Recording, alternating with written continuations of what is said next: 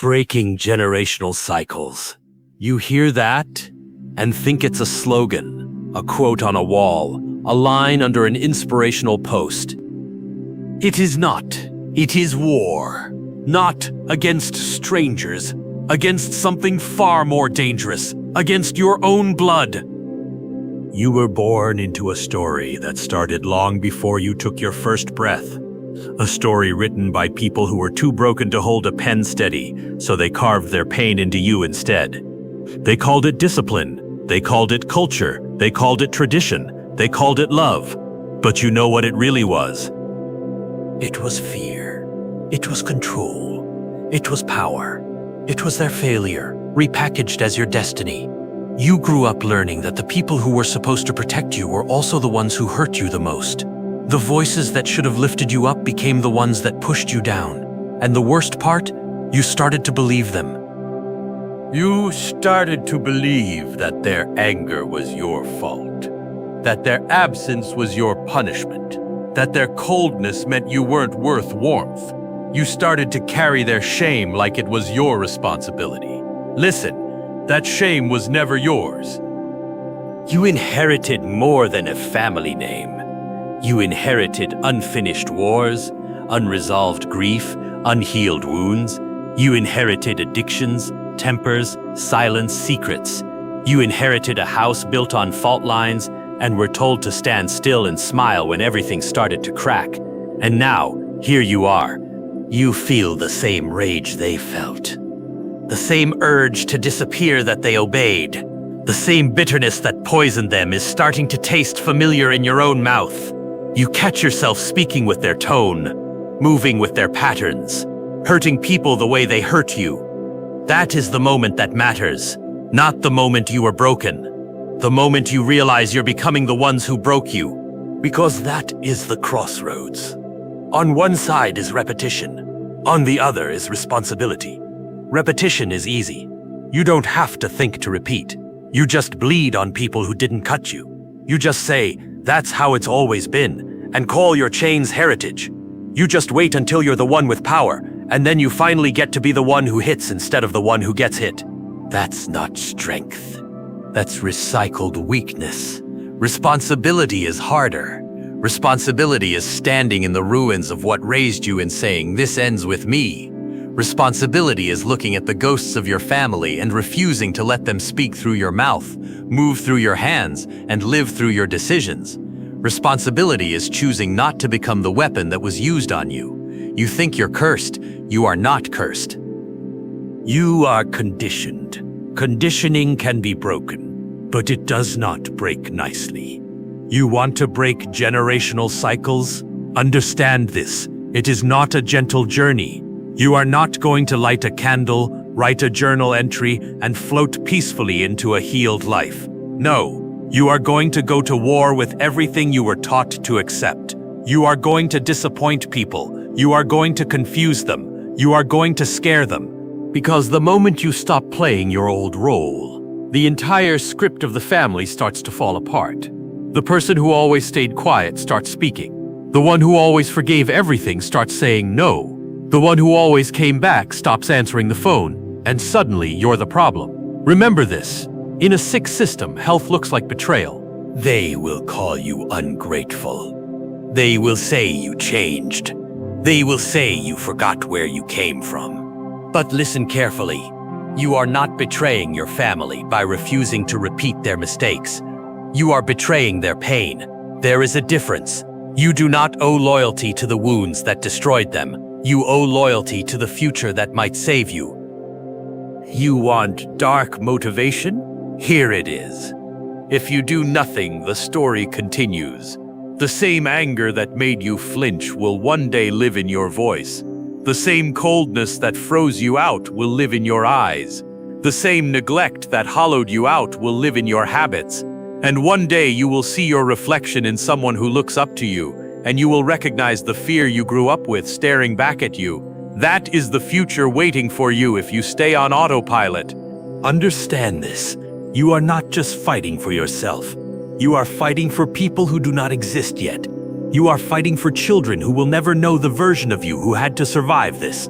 You are fighting for a future where someone in your bloodline will grow up and think being loved was normal. Imagine that. A child in your family who doesn't have to unlearn their childhood. That is what is at stake. You want to be strong? Then stop defining strength as surviving what broke you. Start defining strength as refusing to pass it on. You will have days when you feel the old script pulling you back. When the anger kicks up and you want to shout the way you were shouted at. When the silence creeps in and you want to walk away like they always did. When you want to numb yourself, disappear, detach. On those days, remember, you are not your first impulse. You are your second decision. The first impulse is your past speaking. The second decision is your future answering. You will fail sometimes. You will slip. You will say things you regret. You will hurt people you love. Don't romanticize this. Breaking cycles is not clean. It's bloody, it's clumsy, it's waking up every day and dragging yourself back to the path you chose, even when yesterday you walked off it. But hear this carefully. Falling back into old patterns doesn't mean you've become them. It means you're human. You only become them if you stop fighting. You were taught that family means staying no matter how much it destroys you. You were taught that loyalty means silence, obedience, and swallowing your own voice until you choke on it. You were taught that respect is fear and that love is ownership. You are allowed to redefine all of that. You are allowed to say, family is not who shares my blood. Family is who shares my burden. Loyalty is not tolerating abuse. Loyalty is telling the truth. Respect is not fear. Respect is mutual. Love is not control. Love is responsibility. You are allowed to build a new meaning for words that were twisted before you ever learned them. And yes, sometimes that new meaning will require distance. Sometimes breaking the cycle means stepping away, not out of hatred, but out of clarity. Not because you want to punish them, but because you refuse to let their chaos become your normal. Sometimes the bravest thing you will ever do is walk away from the table where your soul is being starved. They will call that selfish. Let them. They never learned the difference between self-preservation and betrayal. You will. Listen. There is a darker truth you need to face. Not everyone in your family wants the cycle to end. Some of them only know how to exist in conflict. Some only know how to feel powerful when someone else feels small. Some do not want healing. They want control. If everything becomes healthy, they lose the only language they know. Do not wait for their permission to get better. Do not wait for their apology to start healing.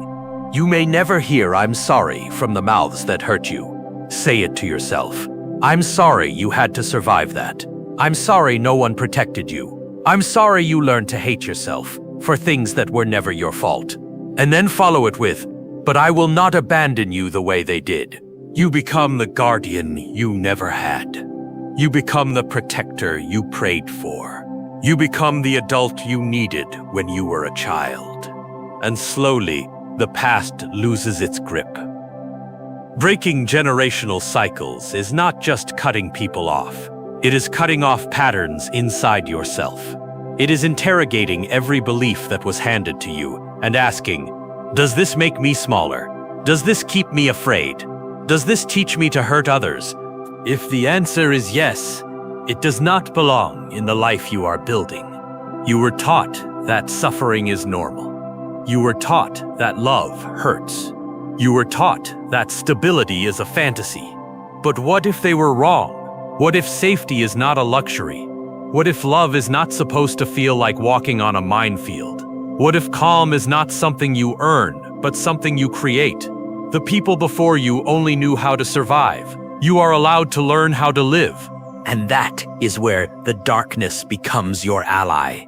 Because you know what it's like to sit in a room full of people and feel invisible. You know what it's like to hear your name only when you're in trouble. You know what it's like to be surrounded by family and feel completely alone. That loneliness forged you. You learned to sit with pain that would have broken others. You learned to navigate storms that would have drowned softer hearts. You learned to keep breathing in rooms with no air. That resilience is not pretty, but it is real. Use it. Use the darkness you survived as proof that you can build something different. Not because you are better than them, but because you are conscious of what they were not. Every generation had a choice. Some chose denial. Some chose numbness. Some chose violence. You choose awareness. You choose responsibility. You choose change. You do not break the cycle with one grand gesture. You break it in 1,000 small, quiet decisions no one ever applauds. When you take a breath instead of raising your voice. When you apologize instead of defending your ego. When you listen instead of dismissing. When you leave instead of staying where you are being destroyed. These moments seem small, but they are revolutions in disguise. You are not doing this for applause. You are doing this so one day someone with your eyes, your last name, your laugh never has to sit in the dark wondering if they are the problem. You are doing this so that when they think of family, their stomach doesn't tighten. You are doing this so that when they make a mistake, they expect correction, not cruelty. You are doing this so that the story changes. Look at everything you survived and understand. You were not meant to be the end of the line. You were meant to be the turning point.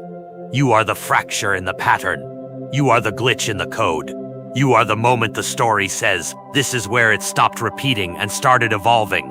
And yes, it is unfair. It is unfair that you have to be the one to carry this weight. It is unfair that you have to heal from wounds you did not choose, and then make sure you do not wound others the same way. It is unfair that the responsibility to change everything landed on your shoulders. But if not you, then who? The ones who are comfortable, the ones who benefit from the old ways, the ones who have mistaken their victimhood for permission to victimize others. No, it was always going to be you. The one who saw everything and decided it was not normal. The one who felt everything and refused to go numb. The one who stood in the middle of chaos and thought, there has to be another way. That thought is your weapon. Do not drop it. Breaking generational cycles is not about becoming perfect. It is about refusing to be automatic. It is about waking up every day and choosing consciously not to be the storm that raised you. You will not always get it right, but you will always get another chance.